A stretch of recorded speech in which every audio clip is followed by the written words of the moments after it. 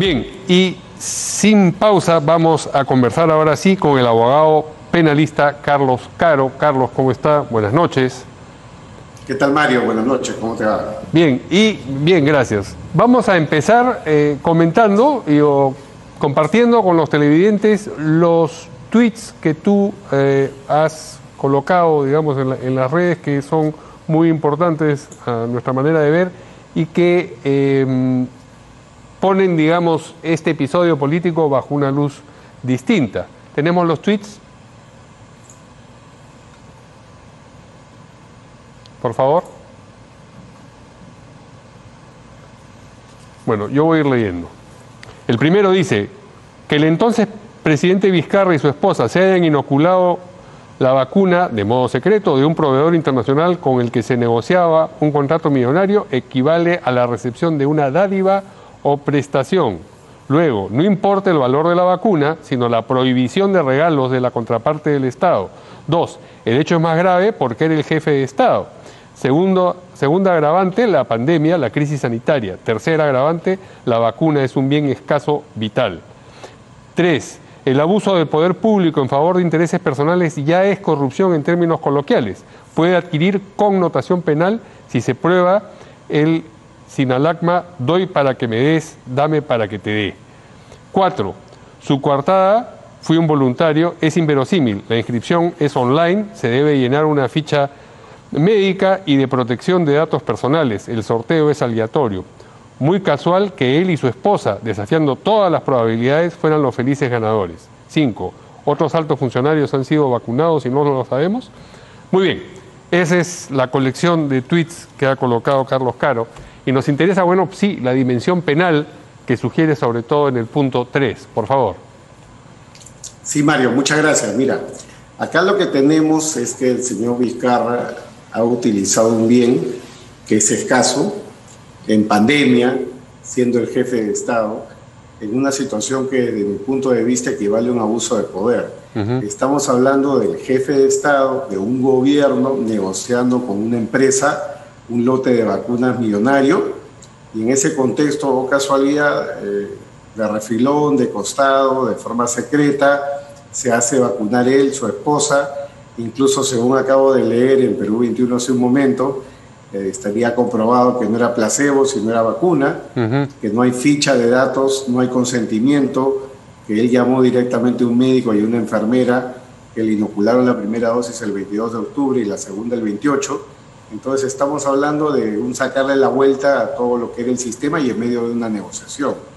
Eso, desde el punto de vista penal, implica un indicio grave de corrupción. Esto es como el tema de la propina al policía. Para muchos puede ser un tema insignificante, pero no es el tema del monto, del valor, sino en este caso el tema de que estamos ante un bien escaso, en medio de una pandemia, se trata del jefe de Estado, pero eso sí. El jefe de Estado. Claro, en el marco, además, de una contratación millonaria que es la que finalmente se ha cerrado y que no conocemos. Recordemos de que Transparencia Internacional ha pedido la información sobre el contrato y ya le ha respondido las autoridades de que no se lo van a entregar porque es información protegida por el secreto industrial, ¿no? Entonces ya todo esto es un dato que siembra nuevamente de dudas todo este proceso de contratación. Evidentemente todos queremos la vacuna, la necesitamos, pero este tipo de situaciones que se van destapando y que parten además de la máxima autoridad, el jefe de Estado, siembran de duda de que esto haya sido una negociación transparente. ¿Y cuál es el proceso que debe seguir si es que se abre una investigación sobre el particular? ¿La debe abrir el Ministerio Público, el Congreso? ¿Cuál es el camino? Efectivamente, como acá estamos hablando de un posible delito de función, para este caso todavía rige el antejuicio constitucional, no forma parte de la derogatoria del sábado.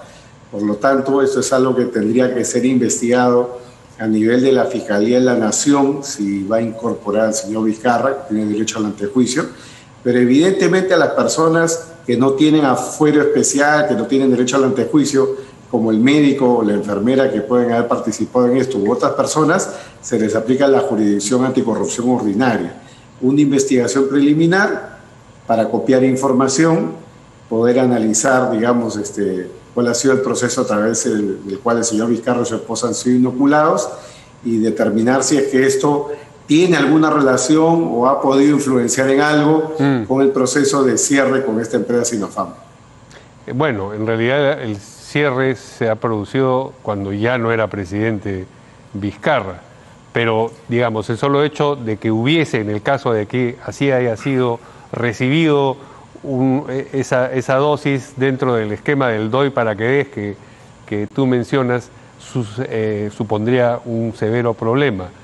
En el caso de que eso avanzara y llegase a un planteamiento penal, ¿qué tipo de sanción es la que se contempla para este tipo de eventuales delitos? Acá hay varias opciones, ¿no? Porque si estamos hablando, por ejemplo, de colusión, que es el delito del 384, que tiene pena hasta 15 años, allí se analiza no solamente la etapa del cierre contractual que se ha dado con el actual gobierno, sino también se analiza toda la etapa de la precontratación, las tratativas, ¿no? Sí. Que ya se estaba dando en el caso del gobierno del señor Vizcarra. Si estamos hablando de una dádiva, de una contraprestación, por pequeña que sea, la pena sería de 8 años, delito de corrupción. O si esto finalmente se enfoca como un desvío de bienes puestos bajo la administración de una universidad, pero para fines sociales, esto puede equivaler a un caso de peculado o peculado a favor de tercero, y la pena está bordeando los 8 años también. ¿Y quién más podría estar implicado en esta figura? Por ejemplo, si es que hubiese habido un médico que saca las pruebas de la Cayetano Heredia para, digamos, la información que ha aparecido ahora en un diario, ¿eso lo comprometería también al médico? Si esto se comprueba, por eso si esto utiliza el potencial, sí. Evidentemente lo comprometería al médico, porque este tipo de pruebas de ensayo debían administrarse, inocularse conforme a un procedimiento. Si ese procedimiento ha sido desviado, evidentemente estamos allá ante un problema, porque para empezar se había desviado falseando información, que de hecho, según la información periodística, ya se falseó información en el ingreso a Palacio. Se dijo que este médico y la enfermera iban a un lado cuando en verdad iban a ver al presidente. La forma en la que han sacado este bien de los registros seguramente que podría haber tenido la Universidad Cayetano Heredia, etcétera, son temas que ensombrecen la gestión que se ha podido tener en cuanto a estas pruebas, y en consecuencia eso podría dar lugar a imputaciones por delito de peculado. Ahora, lo que no coincide con todo este planteamiento es la circunstancia de que se haya hecho la prueba de antígeno y que haya dado negativo, ¿no? Sí, evidentemente la prueba de antígeno es una prueba que, como toda prueba rápida, tiene un grado de falencia, y además hay que tener en cuenta de que este tipo de pruebas tienen que seguir un protocolo, ¿no? Hacer una exhibición pública como si se tratara de un espectáculo de circo no es, digamos, algo que nos pueda garantizar un resultado fiable. Esto tendría que hacerse en un laboratorio y siguiendo los protocolos correspondientes para tener una respuesta definitiva.